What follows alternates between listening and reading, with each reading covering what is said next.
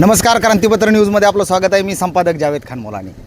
मंडळी, मी आत्ता माण तालुक्यातील कुकुडवाड गावानजीक वडजल येथे उभा आहे. मी ज्या ठिकाणी उभा आहे तो आपण हा रस्ता पाहू शकता. हा श्री सिद्धनाथ मंदिर मसवडला आणि सांगली जिल्ह्याला आणि पूर्णत्वे कोल्हापूरला जोडणारा हा रस्ता आहे.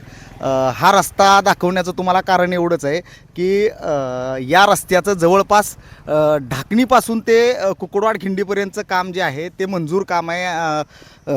माण तालुक्याचे नेते आणि महाराष्ट्र राज्याचे ग्रामविकास मंत्री सन्माननीय जयकुमार गोरेभाऊ यांनी प्रयत्न करून हा रस्ता मंजूर करून आणलेला आहे. या रस्त्याचं बरंचसं काम झालेलं आहे, परंतु झालेल्या कामामध्ये साधारण 3-3.5 किलोमीटरचा टप्पा असा आहे की ज्या ठिकाणी गाडी चालवणं अक्षरशः जिकिरीचं काम झालेलं आहे आणि वाहन चालकांच्यासाठी ही मोठी कसरत ठरत आहे.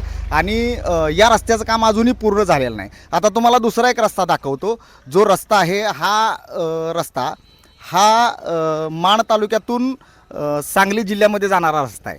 या रस्त्यामध्ये जवळपास आटपाडी, त्याच्यानंतर पुढे जत, कवठे, महांकाळ या तालुक्यांना जोडणारा रस्ता, सातारा आणि सांगली जिल्ह्यांना जोडणारा हा रस्ता आहे. या रस्त्याचं कामसुद्धा तुम्ही पाहू शकता. थोडंसं या रस्त्याचं काम झालेलं आहे आणि इथून पुढे वळई विरळी या गावांना जोडणारा जो रस्ता आहे तो अपूर्ण आहे.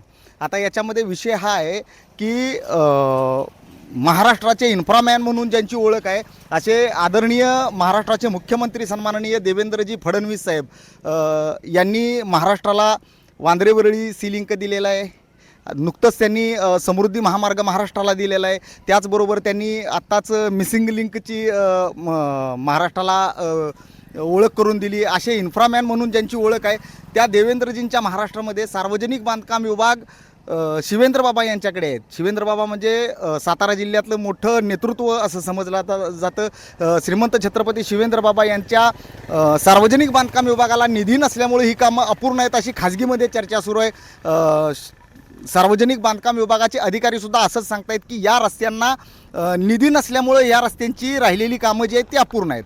आता माझा प्रश्न प्रशासनाला इतकाच आहे आणि सन्माननीय देवेंद्रदादांना इतकाच आहे. दादा त्यांना आदराने म्हटलं जातं. दादा देवेंद्रजींना त्यांच्या जवळची माणसं दादा म्हणतात. आमच्यासुद्धा देवेंद्रजी फडणवीस साहेब दादा आमच्या अगदी जवळचे आहेत आणि आम्ही हक्कानं त्यांना सांगू शकतो की दादा, इन्फ्रामॅन म्हणून तुमची ओळख आहे आणि महाराष्ट्राला बऱ्याच ठिकाणी तुम्ही चांगले चांगले प्रोजेक्ट दिलेले आहेत. त्या चांगले प्रोजेक्ट असताना ग्रामीण महाराष्ट्राला कुठंतरी विकासाला चालना मिळावी म्हणून या रस्त्यांचं जाळं तयार करणं ही जबाबदारी तुमची आणि त्या जबाबदारी तुम्ही कमी पडत नाही आहात याची आम्हाला खात्री आहे. पण कमीत कमी या रस्त्यांना जर निधी मिळाला तर या रस्त्यांची कामं लवकर होतील आणि वाहन चालकांना जी कसरत करावी लागते ती कसरत करावी लागणार नाही.